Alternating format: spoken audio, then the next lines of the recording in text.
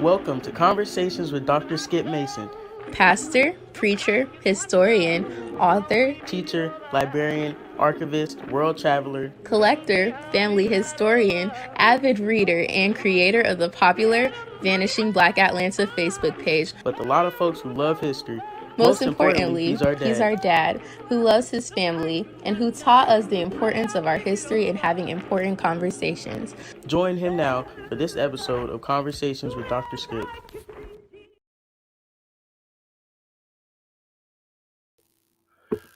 Well, let me say good evening, good Sunday evening to all of you, or it's afternoon, actually, it's not evening. I am just so delighted to welcome you to another wonderful conversation with one of our esteemed Episcopal leaders. Normally, when I begin this, I say, let me say thank you to Senior Bishop Lawrence L. Reddick III, but Senior Bishop Lawrence L. Reddick III is here today. He is our special guest, and I will be bringing him on in just a moment. But let me acknowledge the Distinguished College of Bishops. Let me thank especially Bishop Walker and Bishop Brown, who are a part of our technology committee, and of course, the wonderful Dr. Teresa Duhart, our technology guru for the CME Church, for her tremendous support in this endeavor. Let me ask you to take just a moment, if you would please, and to share this Facebook Live with your pages, with friends and fellow CME members. Invite them to come and to join us. We are on the CME Church Facebook page and the When We Were Colored page, but we also want to make sure that the Episcopal districts also get an opportunity to view this. So if you would forward it to them, I would be most appreciative to you. I'm the host, I'm the producer, I'm the technician, I'm the interviewer, and I'm trying to manage all of these wonderful little buttons so that we can make our wonderful bishops look good. Thank you for the response that you have given me over the last few weeks with regards to these wonderful conversations and intimate afternoon. And I tell you today, my brothers and sisters, we're in for a treat. It is my esteemed honor and pleasure to bring to you our beloved Senior Bishop of the Christian Methodist Episcopal Church, who is putting on his glasses so he can see me, Bishop Lawrence L. Reddick III. Good afternoon, Bishop Reddick. Good afternoon, Dr. Mason. I am so excited to have you. I've been waiting for this interview for a while and just delighted. And I know that our First Lady, Sister Wendy Reddick, is somewhere nearby. And let me say hello to her if she's listening in. She is going to join us a little later on in the conversation. But we are in for a treat. We got a lot to share, and he has just an amazing, fascinating, well-documented story. And so we're going to get right to it. Bishop, Senior Bishop, you are a child of the parsonage. May I thank you first? You Senior Because Bishop. I don't want to forget what Okay. you are doing. I think has helped the church at large, but I think it has also helped the College of Bishops to see who we are in many ways with some information we did not know about each other. And I think it helps us hear why we are the way we are. So thank you very much. Well, Bishop, Senior Bishop, you are very kind, and I appreciate that very much. And indeed, it is an honor for me to spend this personal time with you. Now, you are a child of the parsonage, meaning that you were born the son of a preacher. And I want you to tell us, let me see if I can pull that picture up, but I want you to take us back to Huntsville, Alabama, and tell us about your parents, your sisters, your village, and what was it like growing up as a PK in Huntsville, Alabama. Let me put this first picture up here. Okay. Yes. So take us back, Bishop. Tell us about your mom, your father, and then growing up at Phillips Temple, and then your wonderful siblings, of which one will join us momentarily. This is the church we called Phillips Chapel CME Church. It's now Phillips. They dropped the chapel. And the first thing I thought about seeing this picture is Sister Lula Bowden, the women's missionary president at one time in Birmingham. She would love to have gotten me in a white suit. So there I am, a little boy in a white suit. So it was probably Easter Sunday. Yes, sir. Yes. But growing up in Huntsville, growing up at Phillips, Phillips was a church of order, was a church of love, was a church of people who I thought in my coming up meshed together well. Of course, I got older and I realized that we were all people, Yes, also. sir. Right. But Phillips was a place where service was always orderly. The Holy Spirit did often evidence the Spirit's presence with people who might shout or move. But it's my upbringing. I thought it was the world, so Yes. it was the only world I knew. When did you? Let me put this picture up because I think this really captures a little of what you talked about. Okay. Tell us about this photo, Bishop. This is a picture of Phillips on a Sunday that Bishop and Mrs. Bertram Doyle visited. I am not in this picture. My mother is all the way to the left side, the far person you see on the left, and my father is all the way to the right. And I could at some point name many of these people. There's my mother. There's looks like Miss Jackson behind her, and Annie Brandon beside her. And I think I see Michael Conley down there in the jacket that's two-toned. Mhm. But wherever they had me, I didn't get on this picture. My father and mother moved to Huntsville in, I think it was November of 51. I was born in June of 52. So I used to tell the Floridians that I was probably begun in Florida, but I was birthed in Alabama. Yeah. Wow. And so you were born into a family of six girls, and well, tell me the order because I think you're the second to the youngest. Is that correct? There are six girls. Um, I have five older sisters and one younger sister. When you say tell you the order, I don't know what you're asking me. Are these your siblings? From Okay. all right, These are all of the siblings but one. but one. You have to understand that we were stepladder children. Okay. My eldest sister, who's at top left, was 8 years older than I.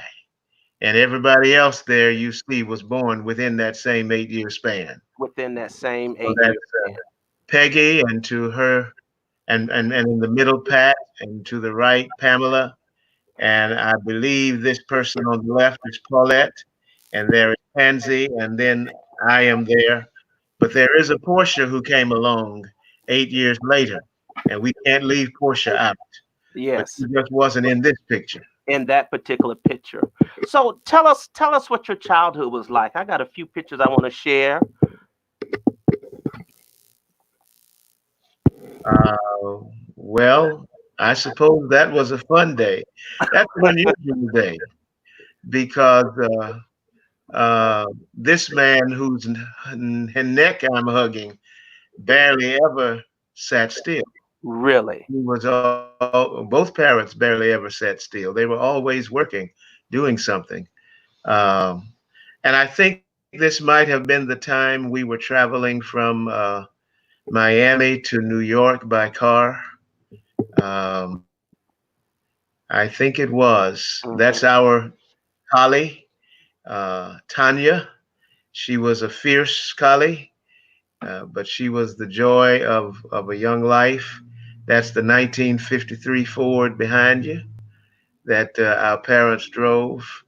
But that life was, it was a life that we did not know was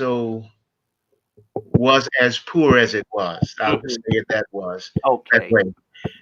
This is really in the annex of the church. We ate at this table in the annex. The parsonage was upstairs. I remember 1, 2, 3, 4, 5 rooms. My parents slept in one bedroom.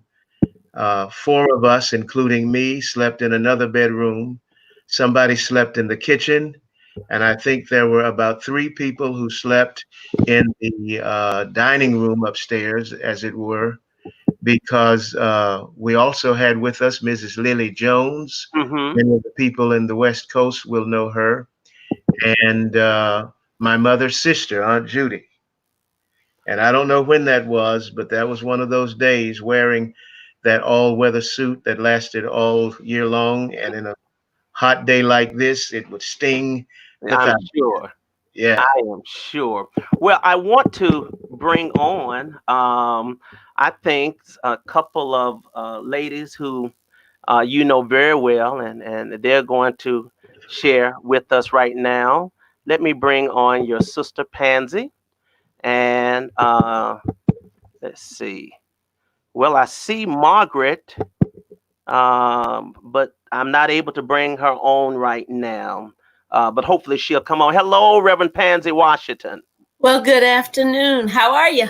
I'm doing fine, thank you. How are you?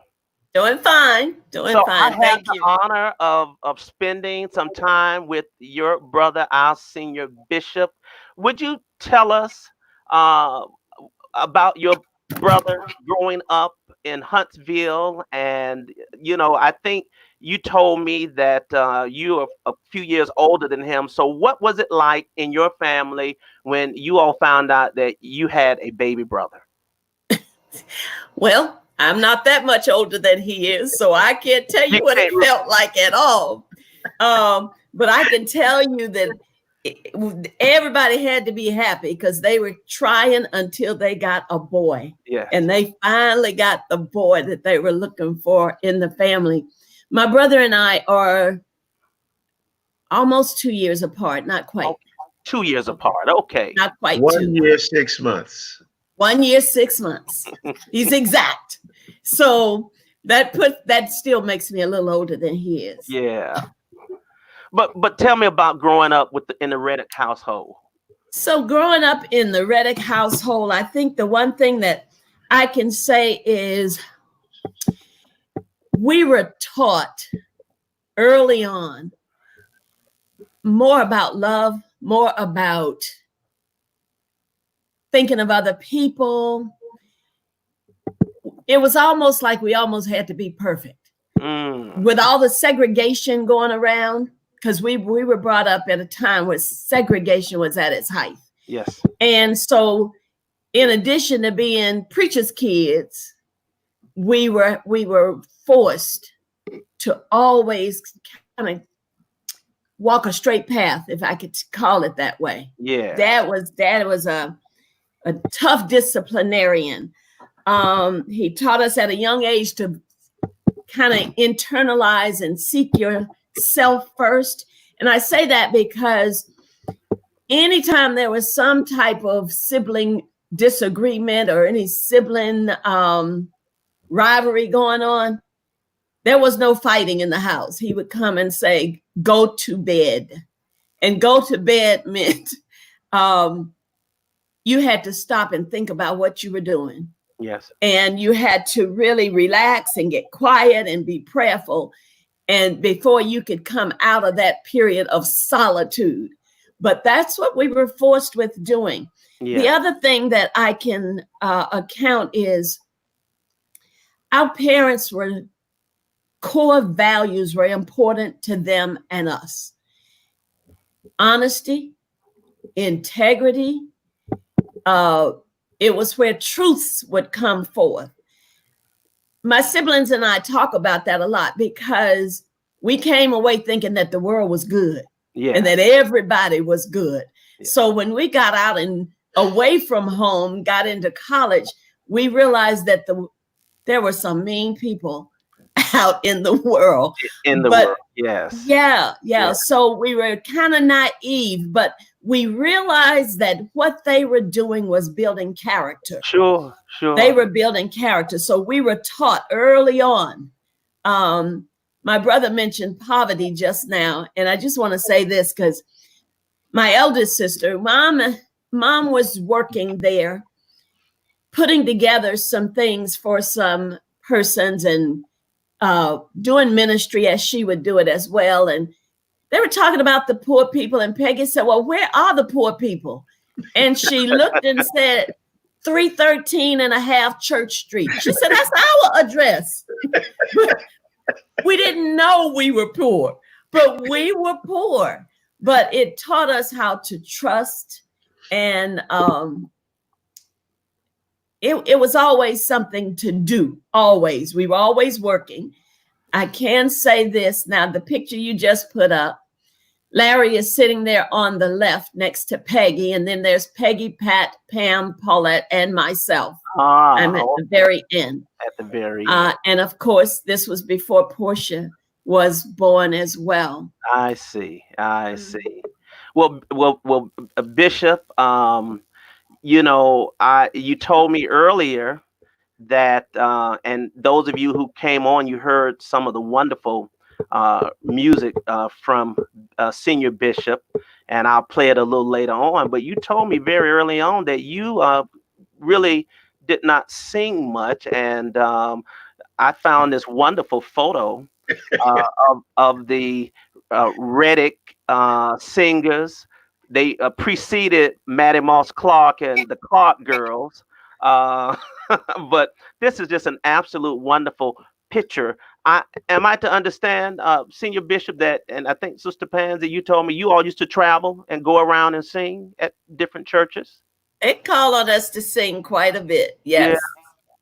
Now that picture, our youngest sister is in that picture that you just showed. So Portia did make it in that. She's the second from Larry on the left. I see. Is Pat, and then Portia, Paulette, Pamela, and myself. Okay. And our eldest sister was on the instrument. On the instrument. Wow. And Dr. Skip, I told you I don't sing solo. You don't sing. Yeah, you did say that. Solo. You did say that. You did. Well, my last question to you, Reverend Pansy, and I appreciate. And before we do that, because I always stop whenever one of your colleagues on the bench, a bishop, is watching, I always want to recognize them. Senior Bishop, would you like to say hello to Bishop Jefferson Snorton, who's watching you right now? Good afternoon, Bishop Teresa Jefferson Snorton. Thank you for watching. And it was good to watch yours also. Thank you. Thank you. Thank you so much. So, Reverend Pansy, yes, sir. Did you see it in your brother very early on, and you know that he would become a pastor, and not only a pastor, he would become a distinguished editor of the Christian Index. He would become the bishop and now the senior bishop of our beloved church. Did you see that early on in him? Was there something in him that was sure? Yeah. Early on, we didn't have a lot of outside friends, so we had to always entertain ourselves as we developed as children. And so the one thing that we always did was play church, and he was always the preacher. And we would play church, and I would get to imitate some of the people you saw on that big picture, that large picture.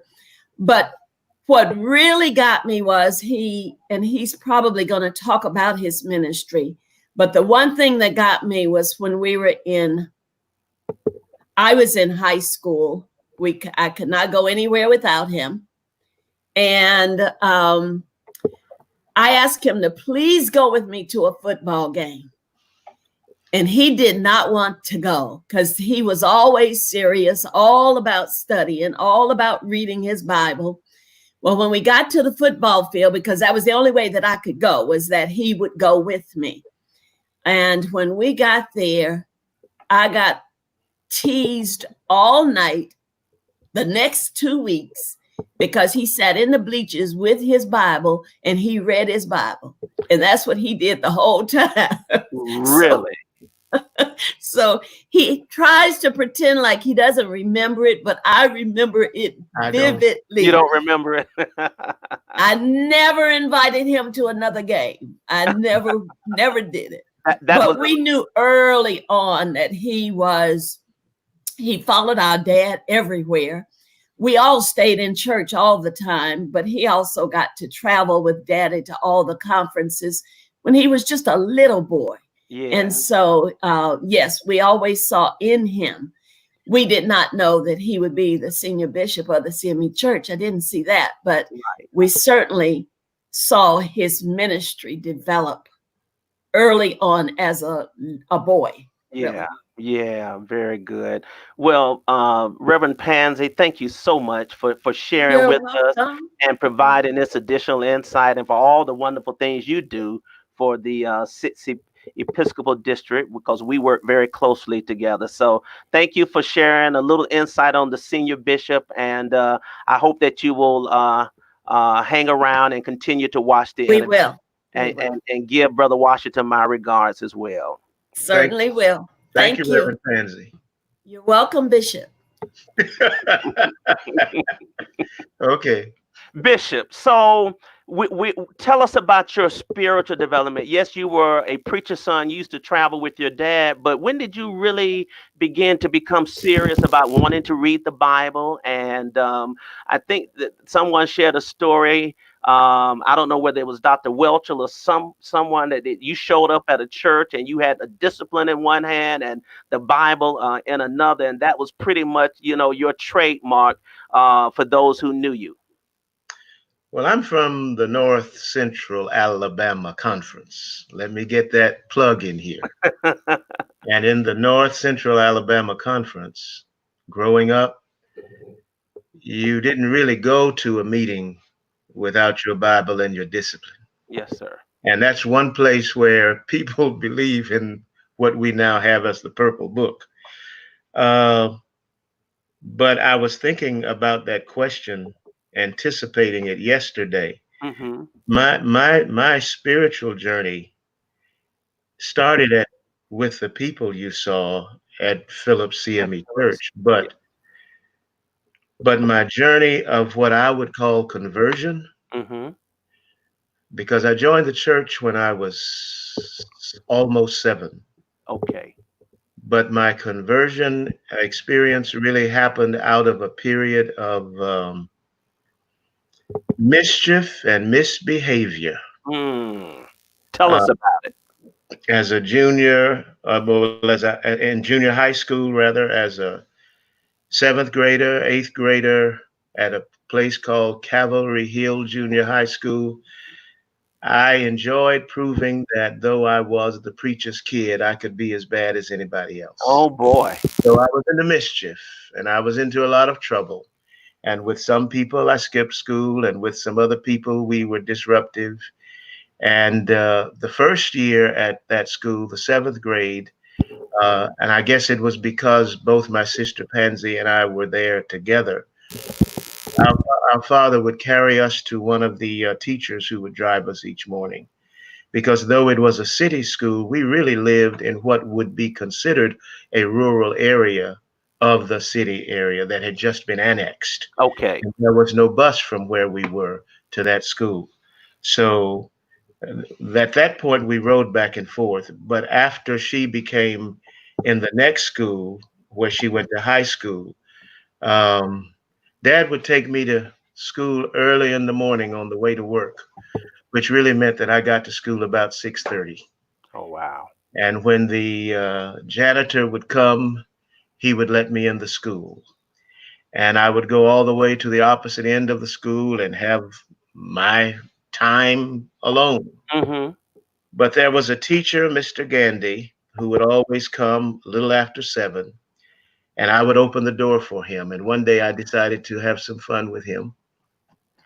And he knocked on the door and I waved, because we had 2 panic doors that were solid, but the glass on the sides. And I waved at him.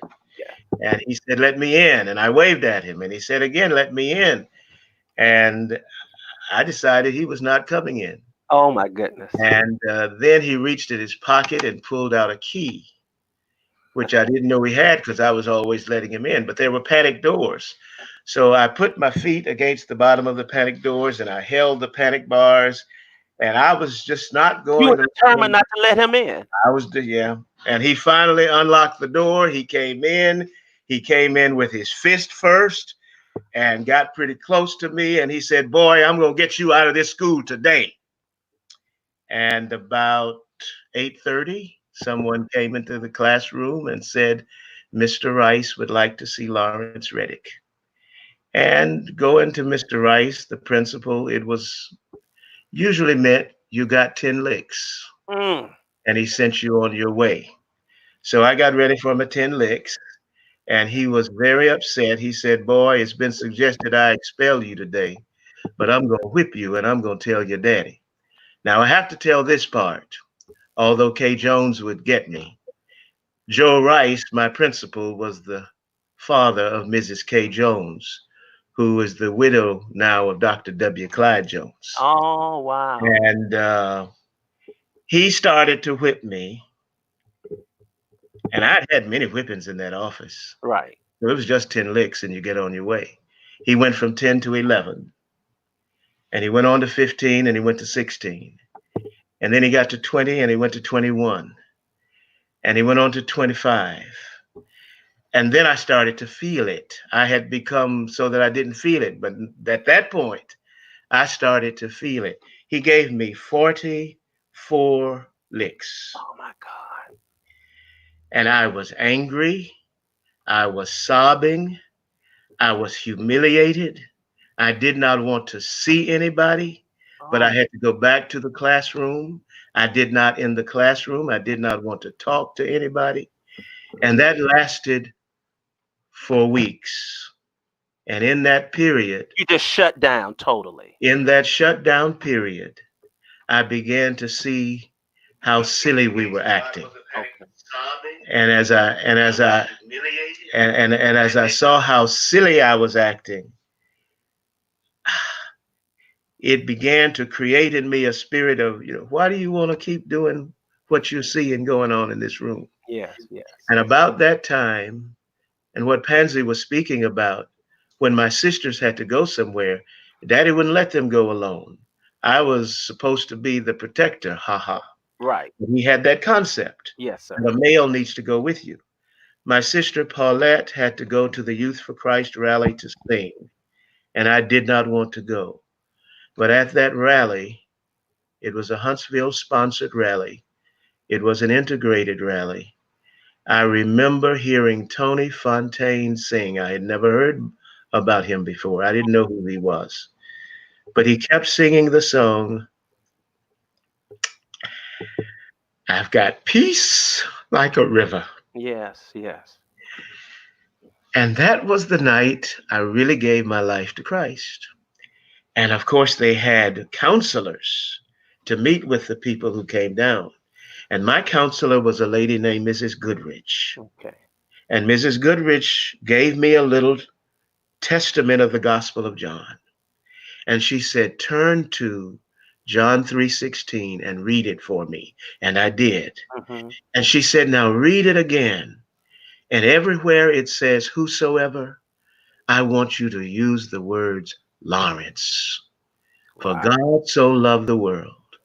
No, so for God so loved Lawrence that he gave his only begotten son, that if Lawrence believes in him, Lawrence shall have everlasting life. Oh, wow. That was my conversion experience. And I wanted to do and be from that point what God wanted me to be. And I read that Gospel of John completely. And then I started reading the other Gospels. And then I just started reading my Bible. That was my spiritual journey. And it really started with Principal Joe D. Rice. Mm-hmm. And I used to tell Miss Jones this a lot, but she got tired of me telling it, like Bishop Lakey talked about the story. Mrs. Gilmore gets tired of hearing him tell. Right. So I learned not to tell it every time I saw her, but every time I see her, I feel indebted to her father. Bishop, how old were you at this time? I was in the 8th grade, so I guess Okay. Maybe I 13. was, I was I was 13, I think. Okay. Yeah, that was 65. S- I was 13. So after that experience, I mean, did you have a conversation with your dad? Could he detect there was something changing in you personally with his spiritual discernment as a preacher, or did he see it at that time? Now, Pansy says that our dad was a strict disciplinarian. Yes. In many respects, he was, but in many respects, he was a disciplinarian of the mind. Okay. And he never had at that time those kind of I see something going on with you discussions. But what dad had was a way of speaking positive into my life. Okay. He would come in the room.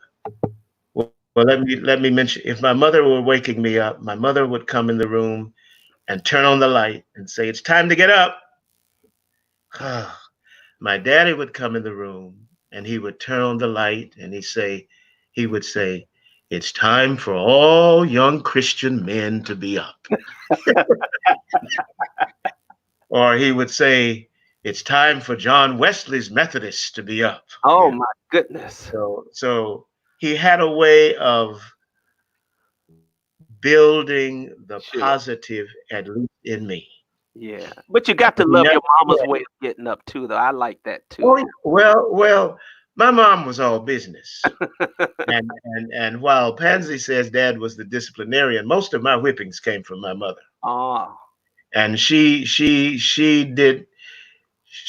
was serious when she said a whipping. And when she said go to bed, it meant she was coming in with a belt or something worse right. to really whip with. Wow. That is something.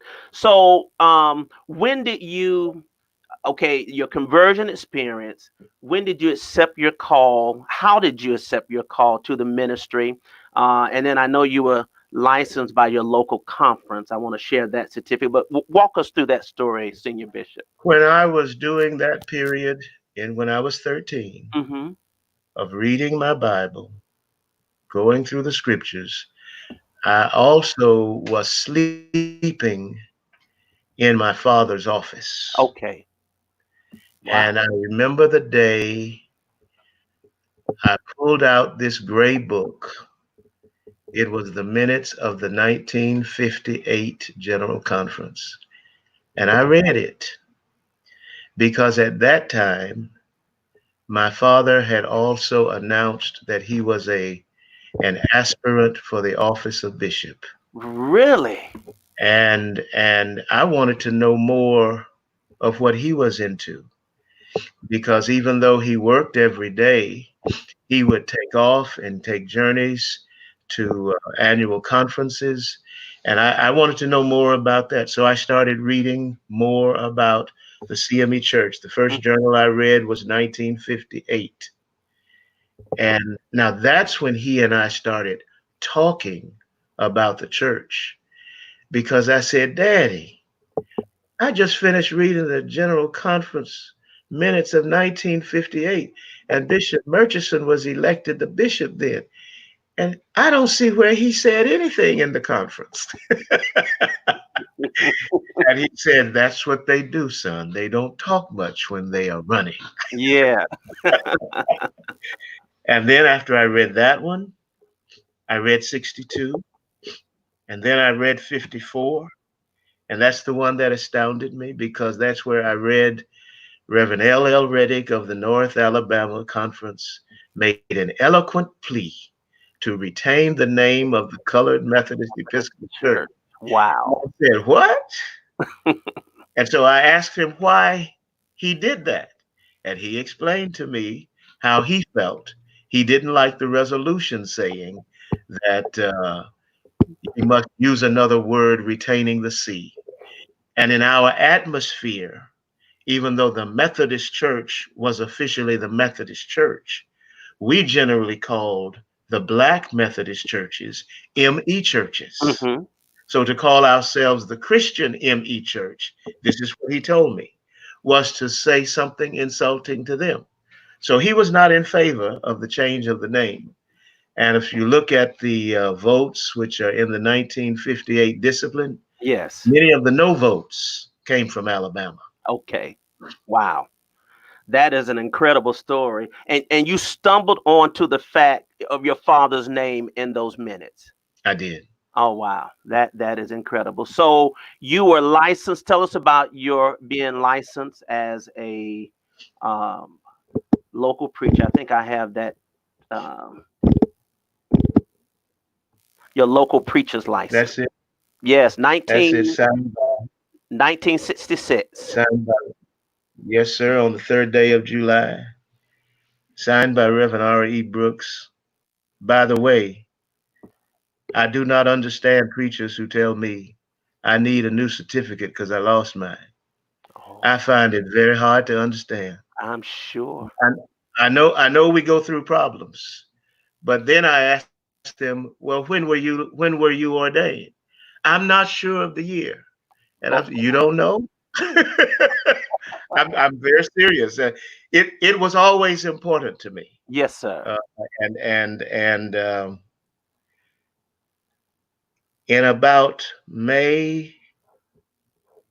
April of 66, I began to believe in my heart that God was calling me to preach. Okay. And somewhere near the end of May, I promised God that I would accept the call to preach when I finished high school. Wow. I told nobody. And then we went to the leadership school, and another name that popped up with Bishop Jefferson Snorton and popped up with Bishop Lakey and Bishop Gilmore, Elisha P. Murchison. Yes, he was our bishop. Mm-hmm. And on that Monday, I had some part to play in the worship service. And I really was trained to be honest. And it's hard for me to not be honest. So Murchison said to me, as soon as the service was over, Brother Reddick, have you been called to preach? And I said, yes, sir, but I'm going to wait until high school to say it, until I finish high school. He said, Brother Reddick, you don't have to wait until you finish high school.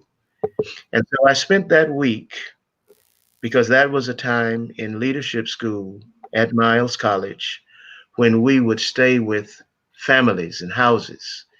And I was always at Reverend and Mrs. G.H. Yarborough's house. And I had a roommate who was a much older preacher, not that much older. Sorry about that, Doc. But the roommate was Dr. W. Nathaniel Owens. Oh, wow. And I told him what Bishop Murchison had told me. And it was W.N. Owens who talked and prayed me through that call to preach that week. And I think it was that Thursday, I waited to see Bishop Murchison, and he was in a meeting. And I saw the meeting was going on a while. So I wrote a note and sent it to him that said, I will be ready to enter the ministry as soon as possible. My goodness. I think this is this Reverend Owens? That is the Reverend Dr. William Nathaniel Owens. Yeah, yes, indeed. Wow. But yes, he prayed me through that time. Wow. And he told me what a blessing it would be if I announced my call earlier. Okay. And started earlier rather than later. And I have to say, because I was 13 going on 14. I have to say, I have honestly never regretted it or believed that it was not God. Mm-hmm. Wow, Bishop, that's a very powerful story. How did that impact your the remainder of your high school years? I asked Bishop Lake a similar question, and so how for you, did that impact in terms of just a normal high school student, if there's such thing as being a normal high school student? Tell us about that. Well, as Going a to ninth, parties, dances, all those kinds of things. as a ninth and 10th grader, it only meant that I worked harder in my studies. Right. Uh, I was kind of like Bishop Lakey, uh, but I was worse. When he says that he wanted to go to the prom, but he didn't know how to dance, I didn't know how to dance, and I didn't dare to ask anybody to go to the prom. I didn't go. Really? Yeah, I missed an important part of a teenager's development. Okay. My mother was very conscientious about the fact that I needed that part. And so while she did not discourage me, she would always challenge me to add to all of my CME reading Hmm. and my Bible reading some other things Okay. so that I would be more well-rounded. Right. Uh, but I mean, I went to pastor my first church when I was in the 11th grade. So was that Antioch? Yes. I did not realize, Bishop, you were in the 11th grade. Let me see. Yeah, I went to Antioch. Bishop Murchison made an arrangement. He asked Dr. W.N. Owens to be the official pastor and look over the church Mhm. and let me go there and be their assistant pastor and take over. Wow. And Dr. Owens did not come often, but he came at least once a month Okay. and he would preach. But they gave Antioch over to me. And the material you're looking at is the report after 2 years. That was my report at the annual conference of 1970, Yeah. because So that was the year I was going on to college. I'm gonna pull that up in just a second. But in the 11th and 12th grade, I was pastoring a church where I started with 16 members. And when we left, we had no, you didn't get that picture from me, I don't Oh, I think. got that from another source. That's not But that, Antioch. but that's a good picture. That's my daddy at the Tuscumbia District Annual Conference. Okay. And this lady in the front right is the grandmother of Dr. J. Jackson III. Oh, wow. And I'm on the left side, the left aisle, sitting on the front seat. This is Cherokee CME Church in Cherokee, Alabama. Wow, Bishop. That's I'll find that other document that you shared with me in a moment. So your first experience was at Antioch, and tell us about that, Bishop. How was that for you? Were you prepared? Was it overwhelming for you? Did you survived? Obviously. It was, looking back, it's funny, but then everything was serious to me. Yes, sir. And I finally learned that one of the ladies, and I know her name, but I'm not going to call it, Uh had said, Lord, what will they send us next? huh. But you have to understand, I was 16 years old. Yes. I was 120 pounds, Oh my goodness. and I was as skinny as I can be. My Wow. dad and I worked in yards. That's the job I had. Yeah. So you were physically fit. I Tell was us a yard about boy. this picture, Bishop. I think these are some of the kids from Antioch. Is that correct? Yes, yes. And the largest one you see was one of three people who joined the church while I was there. That's Bertha Lovelady. Is that Bertha Love Lady? Well, how about this? Sister Love Lady? Oh my. Can you hear me? Yes, I can hear you. I can hardly see you. Tell your daughter to help to pull it up. Oh, she went out. She had to go to she went to a wedding today. can see Hello, Sister I'm trying to Bertha, do this on my lovely. own. Bishop Reddick is speaking to you. Hey, how are you, Pat? How are you doing, Bishop Reddick? I'm doing good. How are you? Doing good. It's good to see you. And to see you. So Okay. this is Sister Love Lady in the back holding a little Oh baby. my God! Look at us. Oh wow! I can name every one of them. I'm sure. Well, Sister Love Lady, and first of all, let me thank Reverend Kelly and Bishop Teresa Jefferson Snorton for helping me to locate you. And you were so gracious in accepting my invitation to come and kind of surprise Bishop. I think you said the last time you saw him was about 4 years ago in Greensboro. But what do you remember as a little girl about your pastor? I remember that.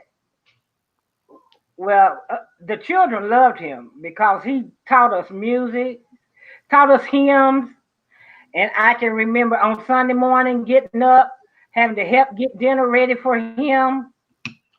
And I don't know, I just remember enjoying going to church with him, and I can remember when I joined church, Yes. it was a moving experience, Yes. even for me, as young as I was. Right. Right. And Yeah, go ahead. Bishop, you have fond memories of Antioch. I have great memories of Antioch. We us walking down that dirt road, all of the children going Yeah. to Sunday school and everything, walking down that dirt road. That picture brought back lots of memories. Oh, I'm sure. Just seeing those children, all there gosh, was a lot of love there. yes, it was.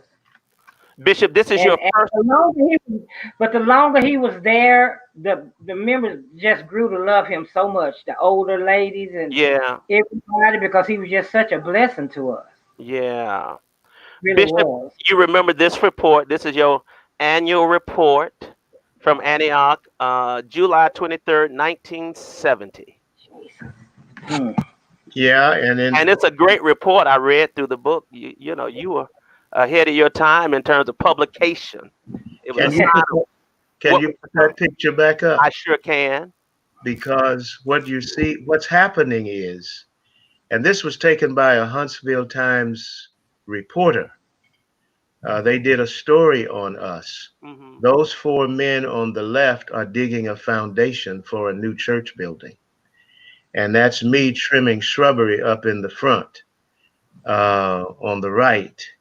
But 2 of those men were my classmates. So all my class knew I was a preacher. Right. And one of them, the one down kind of on the ground, would come and play the piano for us. That's Kelly Walter. And over to the left was Barry Lindemann. But the 2 men, the grown men, were Baptists, but their wives were members of this church. Yes. There was a cooperative spirit. There was a gentleman across the street, and he's in that picture. He would never come to church on the inside, but he would sit on his porch every Sunday while we were in service. And you knew he was listening. Brother Roy Williamson. Yeah. Wow. Yeah. That's amazing. Well, Sister Love Lady, I appreciate you joining and just so glad to see you and that everything worked out. It has to be a joy. I remember the kids from my first church at St. James in Washington, Georgia in 1996, and now they're grown and doing well. So I know it has to be a joy for Senior Bishop, to see you and for you to see him. And we're just appreciative for you. And thank your daughter as well for helping you out with the technology. Because I knew she had to get a new computer for her class since everybody's online now. But I didn't know it had a camera. And I was like, what am I going to do? I can use her phone. And she said, well, Mom, my computer has a camera on it. Okay, fine. Yeah. But yes, it was such a joy to me. I think that what really was such a joy, we looked at him as one of us. Okay. Because he wasn't that much older than us, but he could teach us. Yes. And we looked at him as that. And I really enjoyed when he brought his friend to play the piano. I still love music. I still sing. And I think that was, and inspiration to get me really into singing and enjoying music. And Wow. Bishop Reddick, you just don't know what an impact you've had on my life. I look at that picture now. A couple of the ones on there are they've gone on, they've passed on, but I'm still here and I'm thankful. And I'm gonna get off because I don't want to take up y'all's time. I sing a song in the choir that my pastor often asks me to sing. It's in my heart. And I think when you were there, you and Miss Blundell Smithers, you put it in my heart. Because my father didn't go to church. My mother was deceased. And y'all really put it in my heart. My goodness. Been seeing me ever since. Thank you very much, Sister Lovelady. Thank you. Well, thank you.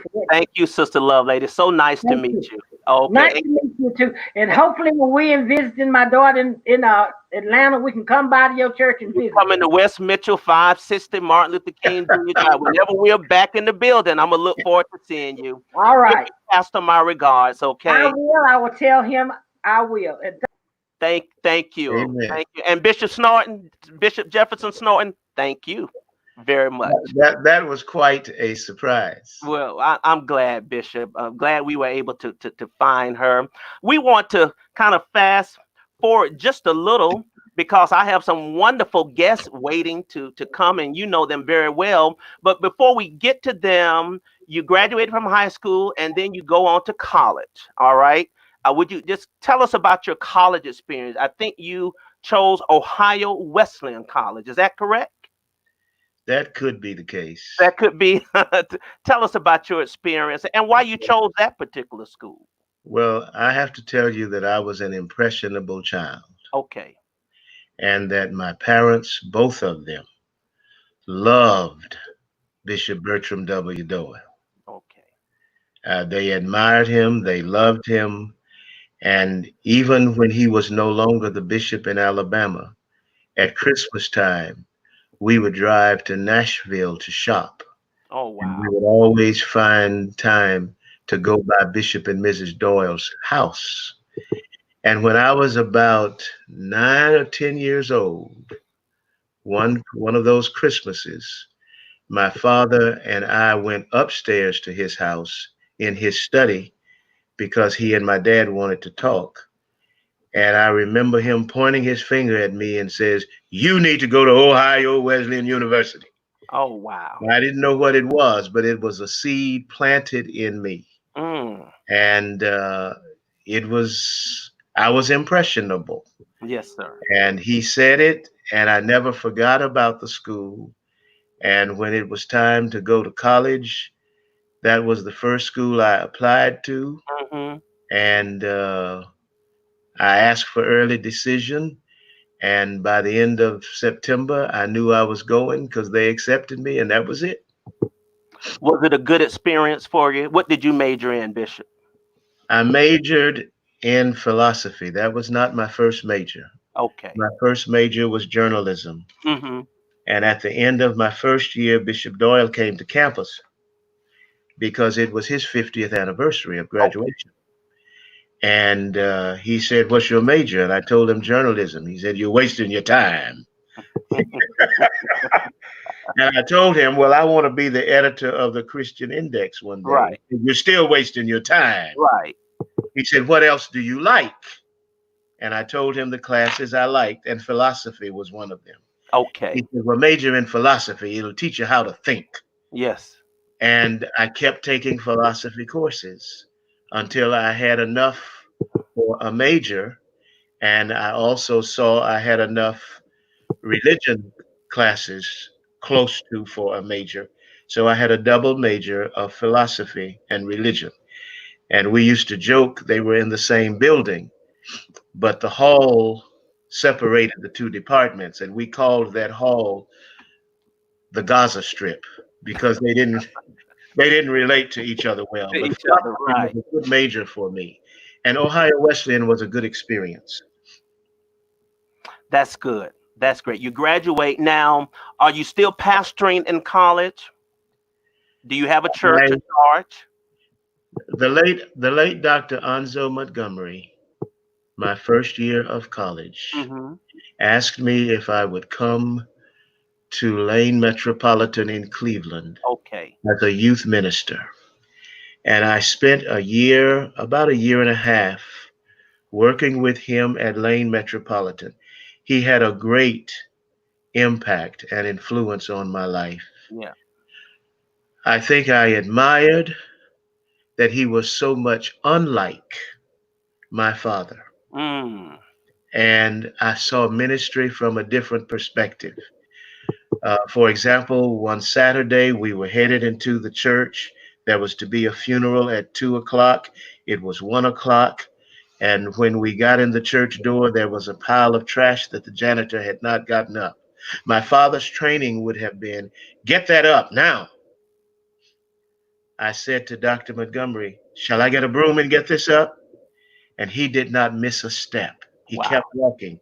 He said, no, son, if you get it up today, you'll have to get it up tomorrow. And that was his administrative philosophy. Mm-hmm. You don't do other people's work. Mm. You make sure they do their work. Right. And he's just so different from the father I grew up with. Yeah. So it helped me hear that there's more than one way to be a successful pastor. Yeah. And then after being with him about a year and a half, one day on campus, I got a letter from Bishop Murchison, because he was then the pastor or the bishop of the 2nd Episcopal District. Okay. And he told me of a church in Lima that needed a pastor, Mhm. St. James. And he said they have, and he wrote in his ink, 60 members or more. Well, I never found 60. I never found more than 20. But I went to St. James, Lima. But I only stayed there about 4 months, because that was the summer. I went there in February. But Okay. that June, I had won an experiment in international living trip Yeah. to Segovia, Spain. Okay. So it was interrupted by that. And then that fall, I had to go back to Huntsville because they had made the trip possible. And that's when Bishop Kirkendall sent me to, as interim, at Frazier Chapel in Athens, Alabama, the same Oh, church that had Mhm. licensed me to preach. Excuse me. Yeah, that's okay. That's fine. I was trying to find that picture you sent me, because obviously that trip to Spain had quite an impact on you. It did. Yes. It did. That. I have to say, if I may, Please. I shared this when we were in Rwanda with Bishops Carter and Thomas Brown and our spouses. Hmm. The only reason I am where I am is because I've had some opportunities other people did not have. I really began to see that when I was a presiding elder. Okay. But as I look back on my life, I've had opportunities other people just did not have made available to them. Hmm. If the psalmist said the lines are fallen to me in good places, I mean they just fell to me in good places. I didn't do it. I don't deserve to be where I am. Wow. Well, you've had some incredible experiences, and I would imagine one of those would be being a father. You married, you had children. Was it challenging, being married and with children and pastoring at the same time? And in a few, I'm going to bring those wonderful young people up, but that's a dilemma for preachers, many. How was that for you, Bishop? My dilemma was I could not do all of my dream. I wanted to receive a PhD. Okay. And when I did get into the PhD program, I had just finished seminary. I had been married 1 year, Hmm. and the bishop sent me to a church in Winston-Salem, which is not that far from Durham. Okay. But for some time, for some reason at that time, I couldn't drive 10 minutes without going to sleep in the car. Oh my So I goodness. would have to get up very early and catch the bus. Duke did not allow a program of less than a full 15 hours at Okay. that time. And after one semester, I knew I had to make a decision. Either the church or the family or the school had to go. Right. And that was when I decided that it was the PhD that had to go. Mm-hmm. But that was a hard and a hurtful decision to make. But looking back, it was probably, even now, I would say, the best of the three possibilities. Wow. So now you are a father, and you have imbibed all of the wonderful lessons that your father taught you, and you have children now, and they are PK, the next generation of preachers' kids. And so I'm Mhm. going to invite some of them to come on, and let me see who we have. Only if they say good things about their Well, dad. I'm pretty sure they're going to say good things. Let me bring Brother Sam on. And we have, let's see, Janice Hi. and Iris. Oh, well, good morning, Janice. Good morning, Sam. And Hello, Iris. I can bring one more on. We have Rose and Brother John. I see you. And I'm going to bring you on in just a moment. They'll only allow me to bring Hello, Rose. sits on at the time. But tell us about your dad. What do you remember? The And good things. The good things. of course, Bishop, only the good thing. But Brother Sam, we'll start with you.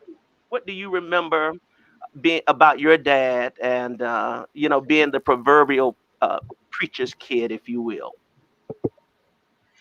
I don't know if this is jumping too far. I feel like every preacher's kid can speak to the feeling of responsibility of wanting to always, make your parent look good, kind of backing them up. You never want to be the bad kid in church, because obviously you're the preacher's son. People are going to point at you. People are going to know about that. But I actually was thinking more so how interesting it was to watch how important people are there. I remember. Let me know, by the way, I hear something coming through my end, if it's coming through for you guys too. Yeah, But I thought I would help him out in the office. One of the first things that he wanted me to do in Birmingham when I was working with him there, he wanted me to go through this book and learn all the churches in the 5th Episcopal District. And, I might have been 14, 15 or something like that. Point is, I'm like, he's not serious. I can probably read about half these, and that's good enough. I mean, there's no way anybody just keeps a repository of information like that in their head at all times. But I finished it, and he's like, "Okay, yeah. So tell me about this church. Tell me about this church." We kind of talked about it for a little bit, and that's when I really learned that he doesn't know churches by their building. He doesn't know churches by their location. He knows churches by the members and where the members sit. really. And I remember thinking, that's insane.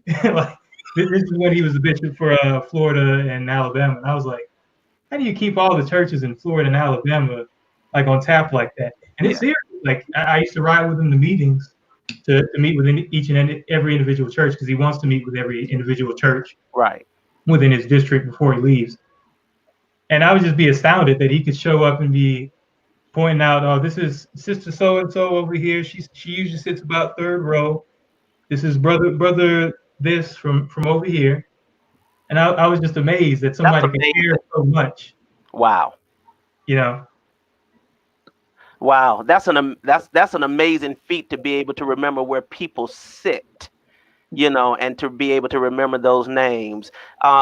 Rose, tell us about your dad and your memory. What do you remember about him, particularly and in terms of the pecking order? So who's the oldest and who's the youngest? Rose, you spell that out for us, for those who may not know. Okay, so John is the oldest, followed by our sister Janice. Then we have my sister Iris, and I were twins. And then Sam is the youngest, just by a year and a half or so. Oh, okay. Okay, very good. All right. Okay, Rose. John, we're coming to get you. Hang in there, brother. Well, very quickly, I'll just say behind the preacher, my dad is someone who includes the family every step of his journey. He has always included us. I can think of numerous occasions where we'll go to a church and we'll get back in the car and he'll say, well, Rose, Iris, Sam, what did you guys think of the sermon? And we're like 8, 9, 10, and here he is valuing our opinion of the message. It instilled in us this love for the church, but also this love for our own voices, that our voices are important to the future of the church. And I think each of us embody that in a way in our own lives of ministry, in my own life as a parent. I appreciate a dad who was very busy, but always took the time to include us, to pray with us, to encourage us, to guide us. And so I appreciate that, Dad, how you always valued our opinion.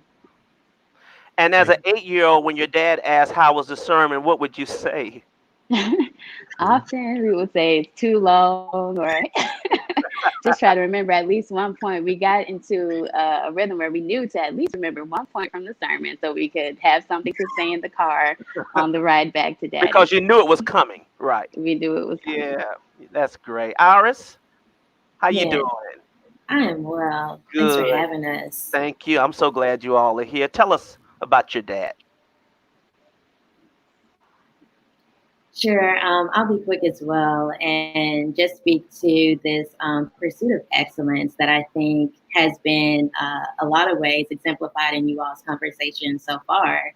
And it's something that he passed on to us as well. I know that I can at least speak for myself and say that in everything that I choose to do, it's become natural to give it my all and to put my best foot forward. And I know that's because of how my dad taught me to just give it your all, no matter what it is.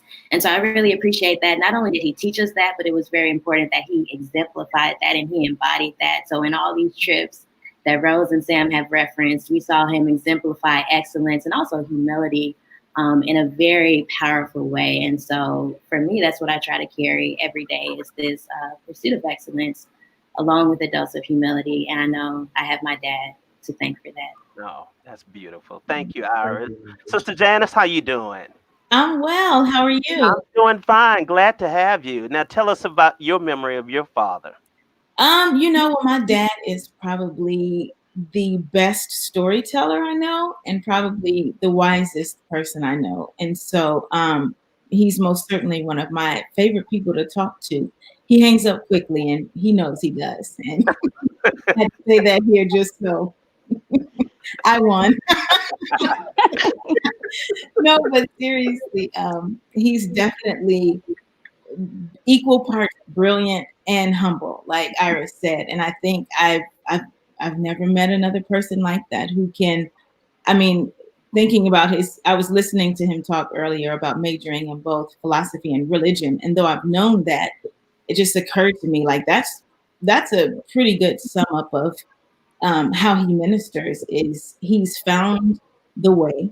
Yeah. And he'll tell everybody that way. But he will listen to you go around the block as many times as you want to go. And his tolerance for that is higher than anyone I know.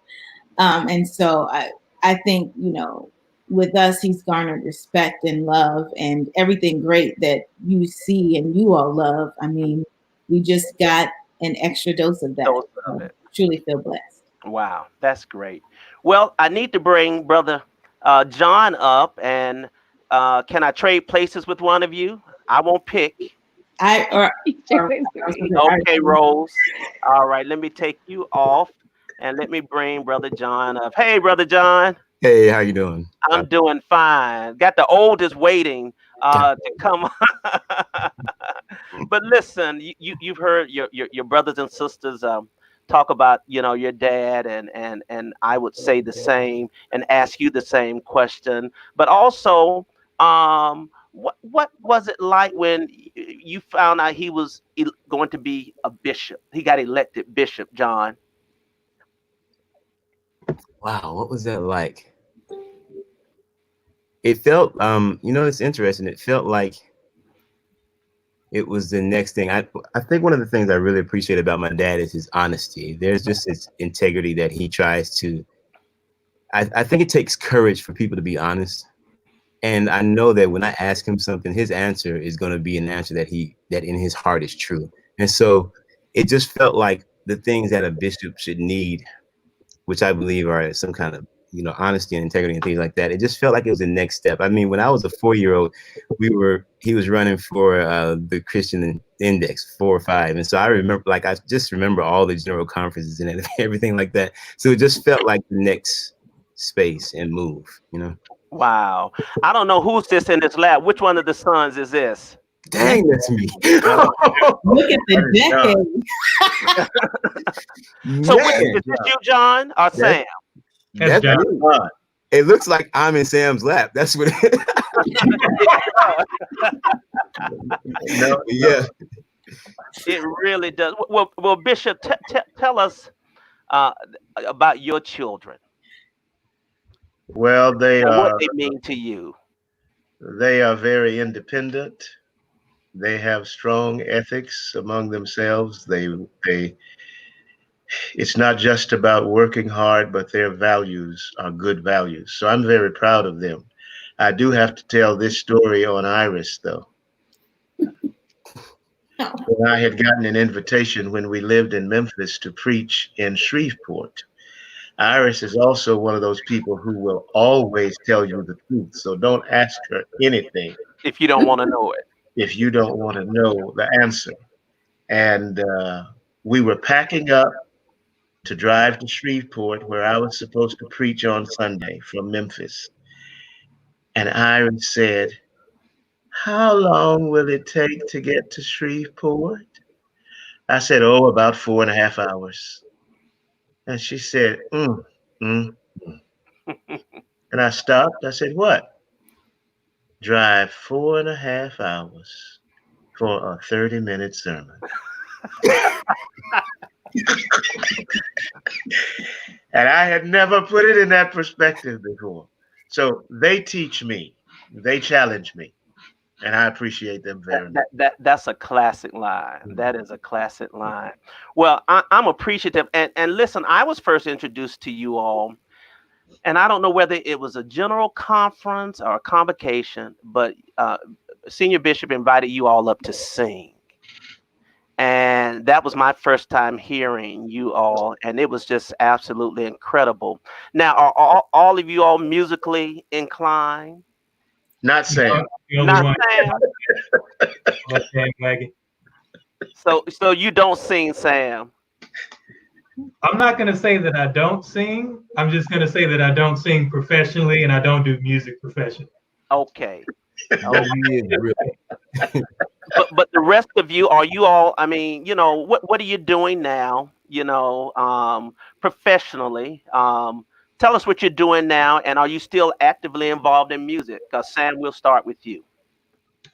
So for me, sorry to answer the music question, I guess. For me, I'm working in IT now. I guess I couldn't be doing anything further from everybody else. I guess the family had to diversify somewhere. Once it gets throughout all the other siblings, you're going to start seeing a lot of similarities. So I'm the most unique one when it comes to professions. So you're in IT. Janice? I am a recording artist and the director of diversity at my local church. Wonderful. And which church is that? It's called Grace Chapel in Franklin, Tennessee. Oh, fantastic. Iris, the truth teller. I am a program manager for a nonprofit here in Memphis. I also run a music program. I teach strings and piano. And since Rose isn't here, can I just quickly share that she is a hospital chaplain and a mom of 2. Oh, wonderful. Wonderful. And Brother John? Yeah, I'm a dad of 3 great ones. And I'm a recording artist as well. And I'm also a worship pastor at my church. And I also do fine arts, like oil paints and acrylic painting. I'm looking at that fancy equipment that you have behind you. Well, I was trying to figure out what my background was going to be. So I figured I'd sit in here, Yeah. Well, I'm appreciative to you all for coming on and sharing with us. This has just been a blessing to all of us who are listening in and getting an opportunity to know our senior bishop and to know his children. And we just pray God's continued blessings on you. And thank you so much for sharing your dad, who is our Episcopal leader. And Rose, thank you, sweetheart. I see you. I think she has one of the kids with her, but I see you too, honey. Thank you Probably. all. You all take care, and God bless each of you. Thank you. Thank you. All right. Thank you, guys. The check is in the mail. I'll be But there's waiting. no address on it. All righty. Let's see. And Brother Sam. That was great. Thank you, Bishop, for connecting them to me and inviting them. No, Now, thank you. I don't know how you managed all you did. yeah, I Thank tell you. So now let's shift gears a little, and I want to talk to you about your role. I want to talk a little bit about your role as the editor of the Christian Index, and then we want to segue and talk about your road to the Episcopacy. You said very early on that you wanted to be the editor of the Christian Index. You knew that as a young age. Is that correct? That's true. Okay. And how did that you had to campaign for that position, and it had to be elected at a general conference? Yes, but during that 13, 14-year-old time, the Christian Index at that time came every week. And I looked for it the way some people at that time would look for Newsweek or Time magazine. Wow. And I would read it from cover to cover. I loved reading the Christian Index. And yeah, I wanted to be its editor one day. And you became its editor. Now, what general conference were you elected, Senior Bishop? I was elected in 1982. 1982, and you served as editor for 16 years. Yes, Lord. And these are some of the copies of your Christian Index that I have in my collection as well. Just amazing articles and just wonderful readings about the church, and of course your prolific editorials. And Senior Bishop, it was while you were the editor of the Christian Index, excuse me, that I first met you. Do you remember when we first met? Since you have an impeccable memory. Now listen, I don't have an impeccable memory. I don't remember when we first met, but I do remember meeting you in Georgia. Am I right? You're right. We met at Westside. You were visiting Okay. my pastor, Reverend Jerome B. Price. Okay. And that's when I first was introduced to you in his office. And I'm not sure what your visit was while you were there, but that was my first time meeting you. And I've always remembered, that meeting. And I too became just one who loved reading the Christian Index, and so that's why I have a large collection. I write some of my old church members. I say, do you still have Christian Index? Don't throw them away. If you still have some, let me get them. I'll take them off your hand. And I got tons of them. All right. Yeah, All tons. right. Well, I've got tons of them too, and I'm sure you do. There's somebody who threatens to throw them out. I'm sure she does. But as the editor of the Christian Index, you had a great lens on the church. And not only did you have a great lens, as I told Bishop Laking, you helped to shape some thoughts and ideas with your editorials. And I think that has been one of the strong roles of the editor of the Christian Index, is the power of the pen on various issues and topics. And what would you say would be your greatest thought of contribution as the editor, or what did you get out of it the most that has prepared you, particularly as you would eventually advance to become an elected bishop of the church?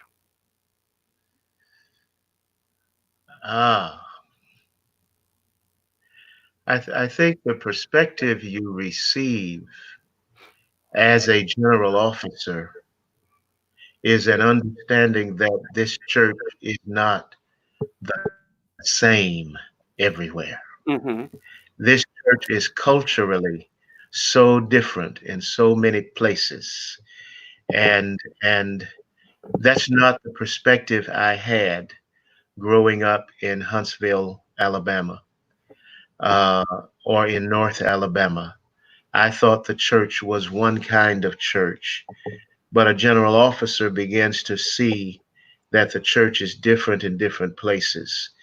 The other thing that the Christian Index challenged me with was understanding that there's a time for perfection Mm-hmm. and there's a time to get the job done. There are a lot of people who compliment me about my time as editor. But Okay. I think those of us who know also it was a very difficult time. As I shared with a pastor in one of those visits to churches that I have, I remember when I almost got fired. I remember very clearly when it was like, well, the word I heard, I wasn't in the meeting of the bishops, but the word I heard that came from the meeting was somebody said, uh, we're always saying ready and aim. Mm-hmm. We never say fire. But it had become that serious.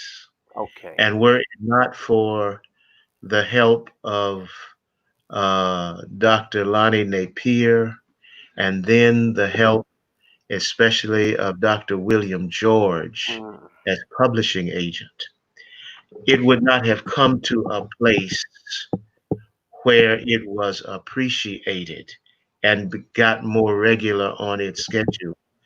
Reverend Dr. George really is the one that made the Christian Index come out in color. Okay. And he said, if you get me the manuscript, I'll get it out. And he got it out. You got it out. I'm highly indebted to Dr. George for that. But after 16 years, you're ready to let it go. Yeah. And I once, when I met Cora Williams, who was editor of The Messenger, I introduced her to somebody else and I said she was the editor of The Messenger for 12 years. And she said, no, Reverend Reddick, I was only editor for 8 years, but it felt like 12. And that's a big part. I think the editor carries some burdens the rest of the church may not really see Right. in terms of job responsibility. Yeah. But it was a ministry that helped me.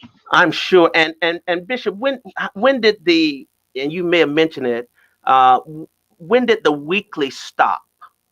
Was it during your tenure or the next editor's tenure? The weekly stopped really somewhere in 1960, somewhere between 68 and 72. And I want to say 68, because when the publishing house was moving from Jackson to Memphis, Tennessee, there was a notice that the index would go weekly during that moving time. But within the next few years after that, it went bi-weekly. Bi-weekly. And then it was under my time that it became monthly. I think a lot of that related to the expense of getting it out. Did you get much flack from people because it became a monthly? Were there a lot of No, no? the flack I got was, when will it get on time? Okay. Naturally. Naturally, right, Yes, right. yes. So you're serving as editor, and I've asked each bishop this. Would you help us to walk us through your journey to offer yourself as a candidate for the episcopacy? When did that happen, and how did it happen, and how did you know that it was time? Well, let me see how honest I can be, huh? Please. In the 11th grade, Okay. in study hall, I wrote a calendar, and it said 1982, editor of the Christian Index. 1998, bishop. I had the dream that most young preachers have. So I can't say like my other colleagues said about the people nudging them. Mm-hmm. I was a teenager with a dream. Along the way, I was a teenager with dreams that crushed. Okay. And one of those crushes was when the index was lagging so far behind. And I really came to a point that I wanted to give it up. But I could not give it up at a failed point. Okay. So I stayed with it as long as I could. Now, it may well be that I almost got unelected in 1994 As editor. as editor, Okay. because at that general conference, there was a strong move to replace me. Wow. And I think it was Mrs. Murchison who told me at the end of that day, she said, Larry, the Lord is with you. The Murchisons have always been influential in my life. Yeah. She said, because you weren't supposed to be reelected. One of the bishops came to me and told me after that general conference, the bishops had agreed to a person to replace you. It had become that bad. Oh my goodness. So I like for us to be honest about that. Yes, but it sir. also crushed my spirit about my own role in the church. Okay. And then I went through a divorce in 1988. Mm-hmm. So much of me felt like a failure. Wow. And so the ambition that I had for 1998 went away during that period between 88, I would say, and 92. So was it circumstances just beyond your control in terms of the production of the magazine? A part of it, Mm-hmm. part of it, but not all of it. Not all of it. No, the mirror says that I had great responsibilities. Okay. And a part of what I had to work with was this sense that sometimes you can't wait for things to be perfect. Okay. You've got to get things out. Right. People are not looking for a perfect everything. Yeah. And I was looking for perfection. Okay. And my road to the episcopacy then took a turn. Okay. And I saw the name Deborah Gant come up on the screen. I went to a funeral for her mother-in-law in April of 1992 in West Helena, Arkansas, as editor. Mm-hmm. And the pastor of the church said to me, Larry, I'm surprised to see you. I dreamed about you last night. And of course, it strikes you, huh? Mm-hmm. A man saying you dreamed about a man? Yeah. And you're going to say that? Wait a minute. Right. And he said, no, I dreamed we were electing bishops. And your name was not on the ballot. And you got elected. And I laughed, and everybody else in the room laughed. Mm-hmm. And he called me about 2 weeks later. He said, Larry, did you hear what I said about that dream? I said, yeah, but you just playing games with me, Curtis. It was Curtis Bell. Mm. So you're just playing games with me, Curtis. I'm not. He said, Larry, I'm serious. You need to pray about this. I said, Curtis, my time is 98. He said, Larry, you need to pray about this. And I said, well, Curtis, you know what? You convict me, because the truth is, I have not prayed about 98. Oh my goodness. So I'm going to pray and ask God to lead me. And that was the day I committed to spending days in prayer and fasting every day until 6. Okay. And I called 12 people. And I asked 12 people to pray with me. And I told 6 of them what we were praying about. Okay. And the other 6, I did not tell what we were praying about. And during that period of time of about 2 to 2.5 weeks, and everybody won't believe this, but this is it. I had a couple of dreams that I could not understand. And one of the people I had asked to pray with me was a person from Texas, in fact, a young female preacher who also shared that she had had dreams in earlier conversations. And so I called her and I told her about my dream. And I said, I don't know what this means. You've been praying with me.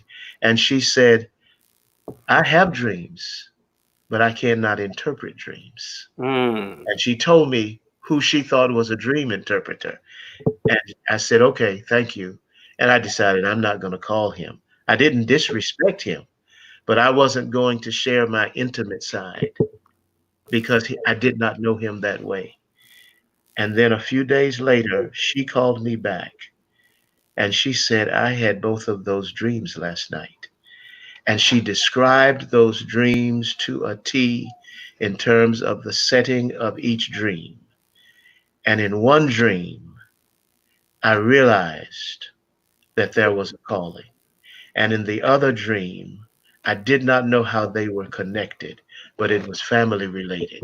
And she described those dreams to me and she said, and I decided I'm not waiting on you. So I called the man who interprets my dreams. And she said, Larry, when he came to the phone, he said to me, you are calling me about the dreams of a person who is praying about offering himself for bishop. It is not your dream. You're calling me about someone else's dreams. And the Lord is trying to tell him yes. Oh my goodness. That's what happened to me. And when she said that, I picked up the phone and I called that person, the Reverend Willie McAllister, who was then pastor of Cedar Crest. And I said, Dr. McAllister, the dreams are mine. And we talked. And for the next 4 or 5 years, there were a series of dreams. Okay. And I shared all of them with him, I think, but one. And every one of those dreams came true. By the end of the General Conference of 1998, just as he said they would unfold. So in 1992, after I spoke with him, I understand the principle of offering yourself. But I have to say, I worked hard. I will use the word, I ran. Yeah.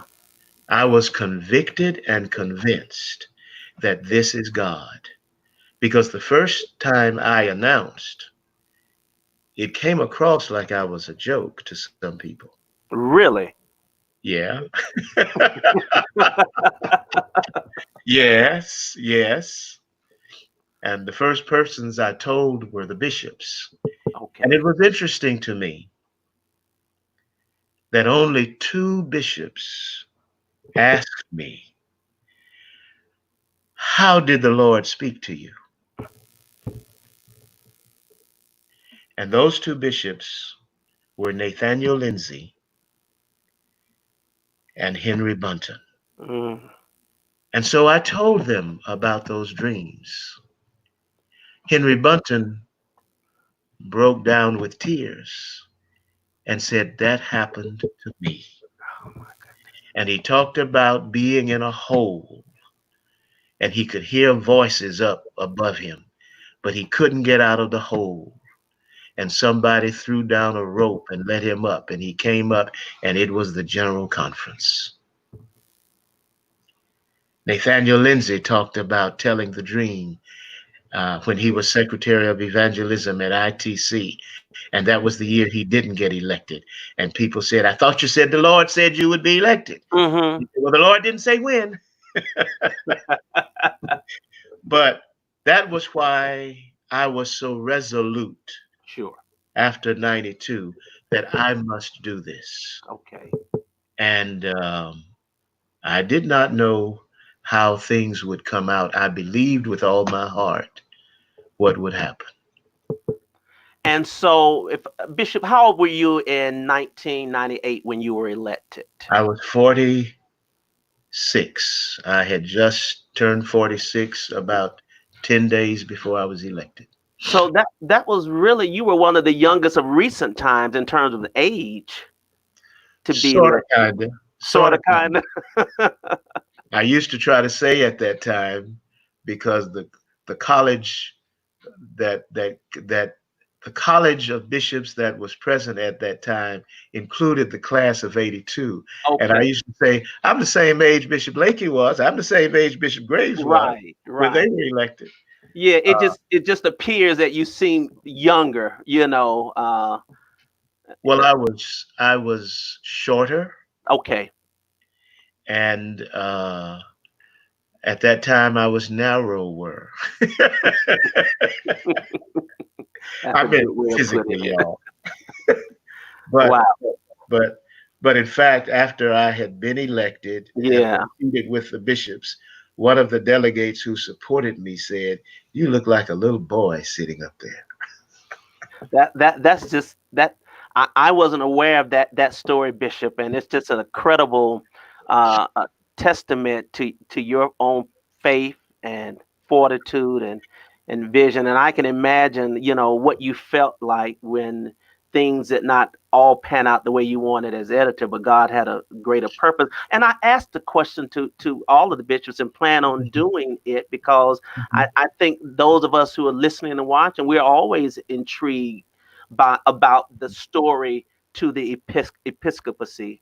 And we know that it is different. And it really, this has been a different one. With the dreams and all. I said, my goodness, this is out of Joseph and Potiphar's playbook. I mean, this is just incredible to hear that. You are elected. And so where are you assigned, Bishop, Senior Bishop? I'm assigned to the 10th Episcopal District. At that time, Jamaica, Haiti, Liberia, Ghana, and Nigeria. And I had the time of my life. I can tell. You share some pictures with me. First of all, do you still, you know, I love dashikis. Do you still have those dashikis? Yes, but you have to understand that when they gave them to me, I was not as hefty as I am now. Well, I guess, you know, when we do an exhibit on the bishops, those will be some of the dashikis that we will display for all to see. Tell us, because we got to, you got to tell us about being the leader over the 10th and then the 5th and the 1st and then the 8th. We got to get those in, especially, you know, for your 8th Episcopal District members. But first of all, tell us what that was like being assigned to those countries. And I'm gonna put a few pictures up as you talk. I think as you talk about opportunities, I think the opportunity to have gone to Spain when I was 20 years old helped prepare me for not being in the U.S. Okay. Because when we were in that program, we were told, you're going to live with a family that will speak no English, and you will be required to live like they live and not like you live. And actually in our household, everybody wore clothes 2 days in a row in Spain. So I wore clothes 2 days in a row. There was a shower, but I never heard the shower run. I ran the shower my first night. And so it helped me hear how to identify with people who are not like you. And although the people of the 10th district were like me in color, hold that picture a moment. This one here? This picture. Okay. This was the first annual conference they had in Liberia for 9 years Oh, wow. because of civil war. Sure. And the people you are seeing standing in the back, oh, and those kneeling down, among them, I see Mance Jackson all the way I to the do right. see him on the right side. And Yeah. I'm actually right behind him. Mm. But among these pastors, and all of those standing were pastors, and except for 3 presiding elders and 1 mission supervisor, and those seated were pastors. But these people had been given an appointment by Bishop Lindsay in 1990. They returned to this annual conference after 9 years of a 1-year appointment, and only 1 pastor did not come back. They were loyal, dedicated people. The mission supervisor is the second from the left standing, Okay. Reverend William Pinno, but they spoke 3 different languages, Bassa, Kru, and Peye. Wow. What an incredible experience. Now, how long were you in the 10th, Bishop? I was in the 10th for 4 years. For 4 years, and then you were assigned to To the 5th. To the 5th. Tell us about your experience in the 5th, and not only that, you were also chairman of the board of the Great Miles College. Yes.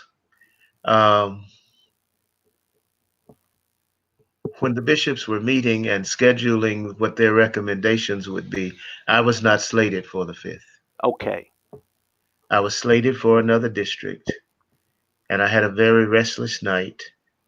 And I came back the next morning and told them I had a restless night. My mother had asked me to consider coming to the 5th. Okay. She told me there were 3 people who had asked her to encourage me. And I asked her who those 3 people were, and she told me. And I said, Mama, they can't agree on nothing together. That's not going to work. So nobody wants to go home. But I also knew that my parents were in a failing stage physically. Yeah. And I also thought about my children who would be living in Memphis. And when I talked to the bishops, they began to talk about other alternatives. And it ended up with me going to the 5th. And it proved to be a blessing to me in many respects. In many respects, yeah. And I appreciated the people I grew up with. And I found out the 5th was not as homogeneous Okay. as I had pictured it to be. What was important in my region was not necessarily important in another region. In another region, right. And it was good to see the different sides of the 5th. And when you say that across the board, for most across the board, that the regions are different. Would I say that across the board? Across the board, with yours having served, yes. I would now. I would say in every Episcopal district I have been in, there's a distinct flavor to every annual conference. Yes. And so you stayed in the 5th for 4 years? For 8 years. For 8 years. And then you were transferred or assigned to the 1st Episcopal District and became the chair of the board of Lane College. Tell us about your time in the 1st, the mother, of course, of district of our church, and being chair of Lane's board. The 1st was a good experience, and Lane, and being a part of both Lane and Miles were very good experiences. Had you asked me if I wanted to be a part of a college board, I would have told you no. Really? It was not, and in fact, it was only as we were leaving the worship service that day and the appointment had been given that I said, oh my gosh, I got to deal with a college. That's exactly how it felt to me. Well, you were a seasoned pro at that time. But Albert Sloan, the president of Miles, was an excellent teacher. Okay. helping me hear the role of the board, and coming behind him, George French was a helpful addition to boosting the college forward, and Right. it had a good board, Sure. and that was a good experience for me. But I especially give my gratitude for Dr. Sloan, because that December was our Sachs visit. Right. I'm bishop in July, and December is Sachs visit, and I was sitting next to the leader of the Sachs visit, who was the Sachs representative, and he asked me the question that really was a trap. Must be nice being the chairman of the college board and bishop of the area and be able to get jobs for people. And I said, no, I have nothing to do with who gets hired at Miles College. Right. That's Dr. Sloan's job. And I actually heard Dr. Sloan say, because that was a trick. That was a trap. Yeah, yeah. But Lane College, it was a joy working with Dr. Wesley McClure. Yes. And the people there, and the ministers and churches in the First Episcopal District.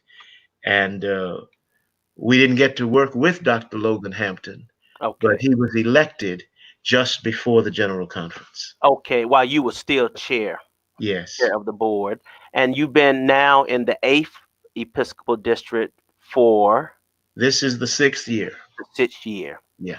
Well, I think this is a wonderful time to bring in someone who has shared this journey with you. And I want to put this picture up. And Bishop, tell us about this this beautiful lady here on your arms. That beautiful lady is the lady who, I can't tell a lie and say she asked me to marry her. I wish I could. No. That's the beautiful lady who accepted me at a period of brokenness and received me as I am, whom I've known much of my life. And so because of that, we were no surprise to each other.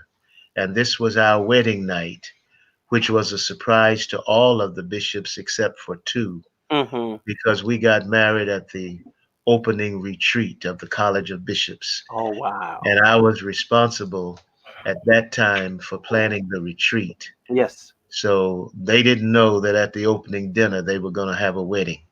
Wow. Amazing. The retreat was in the Las Vegas area.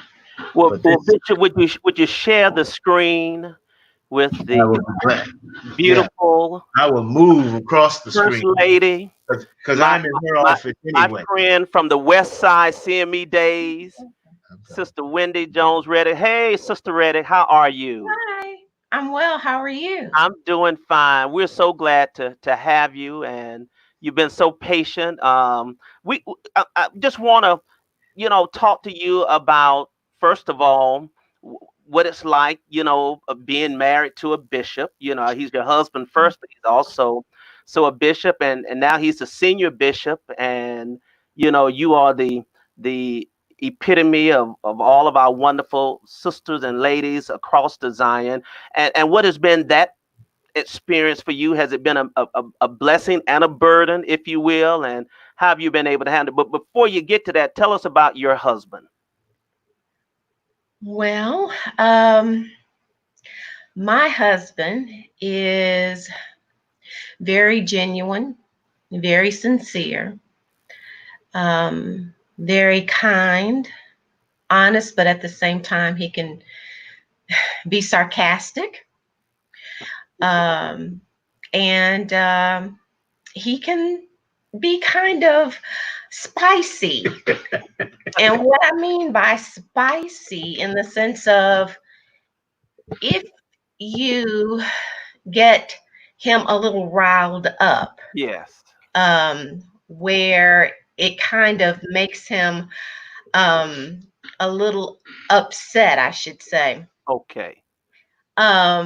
There's another part of his personality that I call Lorenzo that surfaces. And some of you out there may have experienced Lorenzo in all of his glory, unfortunately. But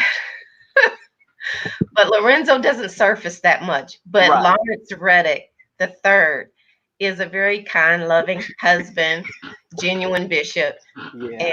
and cares about people in general. In general, you all have been married for how long now? 16 years. Just celebrated our 16th year anniversary this past Tuesday, May 19th. Oh, well, congratulations to you. Thank you. So, Sister Reddick, what has this journey been like for you? You've had to travel, you've had to uproot and move to a new district, you know, and maintain your sanity and to, you know, become that person, you know, for the Episcopal, you know, district. And what has this journey been like for you? Well, before we were married, I was working in corporate America. Okay. So I had a structured day life. And when we married, I knew that I would not be able to hold a full-time job because I knew I wanted to travel and be with my husband and get to know the people of the CME church a little bit better, because I've been a CME all of my life. Right. Growing up in St. Louis in the 3rd Episcopal District. And shout out to your mom, Miss June. Oh, yeah. We my mom, CME. CME heritage. My great uncle was a CME minister, Reverend Frank Dickey, who pastored in Tennessee, Memphis, Mount Pisgah. So, and my grandfather, he was a CME preacher. So the heritage goes back several generations. Deeply rooted, indeed. Yes. But after we got married, I decided to quit my job and be available to travel because I knew I loved to travel. Right. And I've had a wonderful life in being able to travel and get to see many parts of the CME church that I never was exposed to, and to get to meet and be to fellowship with so many of the CMEs, and have developed wonderful relationships with persons outside of my district and in the districts that we've served in. And becoming a bishop's spouse at first was a challenge for me, because I knew that, or I felt that there would be a different type of walk that I would have to do, in the sense of, does this mean I have to wear hats? Does this mean that I have to give speeches? Does this mean I have to do this and do that? And one thing that my husband told me early on is that be yourself. And one of my sister-in-laws, Pansy, Reverend Pansy Washington, I remember her coming to my first annual conference that I was in attendance in the 5th Episcopal District in Florida. And I was a little late to conference, and I remember she knocked on the hotel door because she said, "We need you downstairs." And that was my first week of conference, and she was there to hold my hand through all of the experiences and meeting and telling me who to greet, where to sit, what to do. And without her, I don't know how I would have made it through that very first week of annual conference. I was a nervous wreck. Were you really? Yes. I was nervous because I didn't know if I was going to be accepted for who I am, because they didn't know me. Sure. And I didn't know them. But people were so loving and kind. I was about to ask, did you feel the love at the conference? I did. I really did. But now let me tell you the second general conference. Okay. When we were transferred from, or should I say, we were moved from the 5th to the 1st Episcopal District.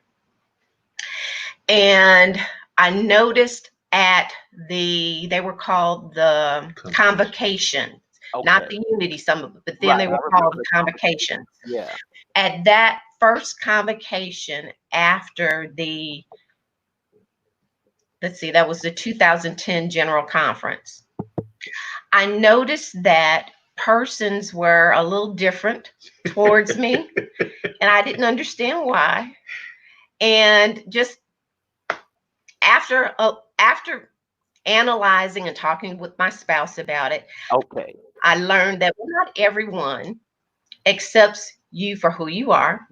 And I learned that that's okay. Yeah. But I learned for me to be Wendy and to be kind and loving and love everybody. Yeah. And with a smile, even though sometimes you may not want to, but with a smile. Right. So, but it's been a good journey. I would not trade it for anything. I would not trade it. And I'm so happy to be a bishop spouse for all of the spouses in the CME church. Well, shout out to them. I know one of my sweethearts is watching, Mrs. O.C. Hoyt, and she called. Well, we talked yesterday, and she told me that she was going to be tuning in. But you have handled it so well, so graceful, and so patient. You know, because people want your time as well. You know, and I know there are times at conferences and unity summits you want to go to the hotel room and relax, but you have to do what you have to do. Are you still doing Mary Kay? Yes. You see, we're in my office because the internet doesn't work too well up in his office. So I allowed him to come in my office because I've got the best internet connection. Well, we appreciate you we see your work is being done. And my desk, it's not a mess. It's just a working desk. That's all. Love it. I absolutely love it. I tell you. Well, we're so delighted to have you, and thank God and continue prayers for you and the senior bishop in this journey. Senior bishop, pull in a little close. Don't leave, Sister Reddick. Yes, sir. So this has obviously been an incredible journey for you, and we appreciate you just being so transparent and honest as I knew and expected that you would. Let me ask you, what is you are our senior bishop, and we get wonderful emails. You're still writing. I think we received this today, which I thought was just so timely and so profound, particularly as pastors are trying to deal with that, of returning back to the church. But let me ask you, for preachers, what is your vision for preachers? I mean, as the church continues, pastors are going to have to do what? And I'm going to ask you to fill in that blank in terms of ministering and serving. Senior Bishop, tell us what's your charge for pastors, for the church in this age of not only COVID-19, but just the whole world changing. I'm firmly convicted that if God calls us to ministries, we need to both prepare ourselves and give ourselves to do them fully. For example, Rose is a chaplain. Mm-hmm. Iris is an associate pastor. And at heart, to be honest, I'm still a pastor. Mm-hmm.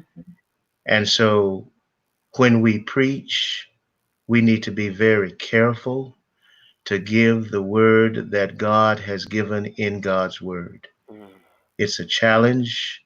That means we have to study, we have to pray. We have to pray, we have to study. We have to wait on God.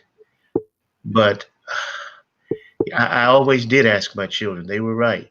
What did you think about the sermon today? Mm-hmm. And I remember the Sunday Sam said, that sounded like that preacher made that sermon up this morning. Oh my goodness. The world, we are a church that talks about structure a lot. But this is not a structure age. Although I believe in structure, this is a teaching age. Okay. This is a doctrine age. Mm. People want to understand what God is saying. And I shudder to think of where we will be if preachers do not give themselves fully to hearing God's words and delivering it. I think coupled with that, and you really surprised me with Bertha Lovelady, and her words surprised me. Mm-hmm. But people need to be loved. Can I say still about North Central Alabama Conference? Yes, please. We could fight vehemently. We could disagree. We could say strong things on the floor in that conference. Mm-hmm. But when the conference adjourned, we could laugh and talk together. Right. When we recessed, we were friends. And there's a sense in the church today that if you don't think like I think, then you must be my enemy. That's not the church I grew up in. I grew up in a church, and I mentioned the Christian Index, when you could read J.M. McMath, Mm-hmm. when you could read A.T. Clark, when you could read U.Z. McKinnon, Yes. and they spoke things that everybody didn't agree with. Right. But we were still in the same house. People need to be loved. Yes. I need to say one other thing, a word of gratitude. I served under 8 bishops, Okay. and I gave you all their names. And I have to say, every bishop I served under taught me something different that was good. Okay. Bishop Murchison, Bishop Kirkendall, Henry Clay Bunton. Dotsy Isom never gave me an appointment because I was editor, but I learned a lot watching his administration. Bishop Lindsay, Bishop Gilmore, Bishop Hoyt, and I'm missing one in my quick notes. But there were 8 of them, and I think I just called the names of 7. Bishop Gilmore sent me to a church. He asked me to go when I was editor, and I didn't think I had time to go. And oh, my wife is bragging. She called Bishop Gilmore her bishop. Yeah, that's your my bishop. Bishop Gilmore. Yeah. But and he married us. Okay. But it was significant to me that in their expressions they were all different, but I could learn something from every one of them. The only bishop I did not learn enough from was Bishop Kirkendall, and that was because I was not yet open enough to receive from him what I could have received. And if I could make any difference in the journey, I would have opened up more to learn from him. But these gentlemen, because they were all gentlemen at that time, these gentlemen made a great impact and impression upon my life. The Richard O. Bass is the one I left out, because Bishop Bass sent me back to Alabama as a pastor. And when he asked me to go, I was editor then, and I wanted to say no. But he had been so kind to me. Yes. He asked me to go and hold some people together for 3 months. Wow. I ended up being at that church 3 years and 3 months. And it was a rich experience. Oh, I'm sure. I am sure. And well, let me just say this. Yes, had it not been for Thomas Hoyt, who made me presiding elder, I would not have seen that aspect of the church, and I would not have learned to appreciate the kind of unity and teamwork which he led, that the Mississippi and Louisiana people came together, and they really made that election in 1998 possible. Thank you. I won't hold you up any longer. No, you have really just blessed us. Lastly, for you, and this will be my last question. What does it mean to you to have the divine honor of being the senior bishop of the church? And I do say divine because of how the senior bishop, is how the senior bishop comes into being. But what does that mean to you? In the line of many of the great bishops who have served as senior bishop of the church, and now you are our senior bishop. What was that honor for you like, Senior Bishop Reddick? Well, the first thing it means is what it is not. Okay. The senior bishop is not in charge of all the bishops. Okay. I say that because you get letters that suggest that. Right. Every bishop is equal. Right. That's been our argument even in court. Okay. That every bishop is equal and nobody can tell another bishop what to do. Okay. You have a legal responsibility. If there are charges against a bishop, the senior bishop is the person to carry that process through. You have some other legal responsibilities as CEO. If lawsuits and other things come through the church, you must address it, you must speak to it. But I think, and this might have been a good reason for God letting me go to the 10th district. And there's a bishop's wife who jokes at me and calls me father. But the joke is in honor, because the African mindset is that the father must take care of the whole body. Oh, yes. And I think God has given a responsibility to whomever is senior to be responsible for modeling to the whole body that we are family. Yes. And we must support and work with each other. Yeah. And sometimes in my spiciness, it may not look like that, but we are all one body. Right. And what you hear me writing or see me writing comes from the perspective not of a political leader, but of a pastor. Okay. With a pastor's heart for the church, that we might be what God is calling us to be. Wow. Beautiful words. Sister Reddick, last question. If there was one thing you wish the senior bishop would take time to do. Now, wait a minute. Well, I mean, it could be rest, go on a vacation, to shop. What is that? See, and don't nudge her. Church related? Yeah, I mean, right in front of me. I just wish my husband would just take a vacation. I wish he would cook. I wish he would. What is that one thing that you wish the senior bishop would do? I got to keep my ratings up, okay? You're bad. No, I'm not senior bishop. What is that one? Can I say two things? Yeah, please. Okay. Well, one for the church. Okay. I wish he would slow down enough to take time to write a book, because he has so much knowledge and so much information. We have a library, I should say several libraries of literature that my husband has collected over the years, that he's a walking encyclopedia. He has so much information to give. If he would just take some time and write, he loves to write, but just to write a book about his story. Yeah, his story.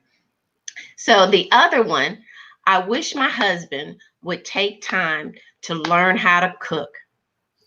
I'm getting tired of cooking, y'all. The senior bishop does not cook. Hot dogs, rice, and cabbage. Go figure. Who wants a meal like that? Wow. But, it is what it is. Yeah. Love Yeah. him though. Still. Well, I know you do, and I guess being almost one of the youngest in the family, he didn't have to worry about, cooking. That was taken care of. Well, you all have been just delightful and wonderful, and I'm so appreciative to the both of you for taking time out of your busy Sunday to come and share with me and with our wonderful brothers and sisters in our Zion and across our Zion. Folks have been tuned in and they're sharing this Facebook Live and all of the wonderful comments that have come. I can't keep up with the comments that people are sharing. And because of the love that you all have give, it's coming back to you. And I'm grateful for this platform to be able to share on next Sunday, good Lord willing, and the creek doesn't rise, as they say. I'll be interviewing Bishop Henry Williamson, the presiding prelate of the First Episcopal District. And I'm so excited about the June schedule. Now, all of the bishops will have a Sunday, okay? That'll take us all the way to July. All right. I want the bishops to be on Sunday. But I got some other wonderful people that I'm going to be interviewing during the month of June, particularly during the week of Father's Day leading up to. I have the great-great-granddaughter of Bishop Isaac Lane. I have the great-great-great-granddaughter of Bishop Lucius Henry Holsey. I also have the great-great-grandson of Bishop Joseph Beebe. And then let me scroll down for just a second. We have some wonderful interviews coming up in June. We have the Hort family that will be sharing memories about Bishop Hort. We have Reverend Norris Curry, who will be sharing about, of course, Bishop Curry, and Reverend Dr. Claude Bass will be sharing about his father. And we have, of course, the Isams family that will be sharing. All of this is in the month of June. And so we're getting those dates out. Sister Duhart, who has just been such a tremendous support.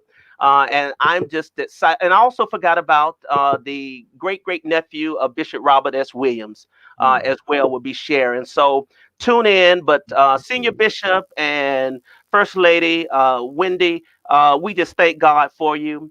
And we pray God's blessings on you. And thank you so much for sharing this time with me and the CME family, and continued blessings. And I can't wait to get to Texas. I know Bishop's not going to let me in his library because he and I think a lot alike and are collectors. And he think I'll come in and try to take some of his stuff out, which I probably would try to do. But I'll ask first. But I look forward to that visit. God bless you all. You all take care. Thank you for having us.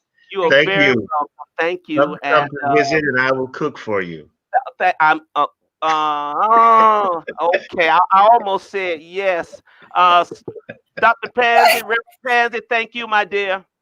Thank you so much for having us. Reddick children, God bless you all, and thank you. This concludes our episode of CME 150, an afternoon conversation with Bishop Lawrence L. Reddick III and his beautiful family. You all have a wonderful and great evening, and we'll see you next Sunday at 5 o'clock Eastern Daylight Time, Bishop. Eastern Daylight Time. Perfect. So you all take care. All right. Thank you very much, Dr. Mason. All right. God bless you all. God bless you too. Bye-bye. And thank you all, and we will see you all the next time on a conversation with Skip and our illustrious bishops. Take care, my brothers.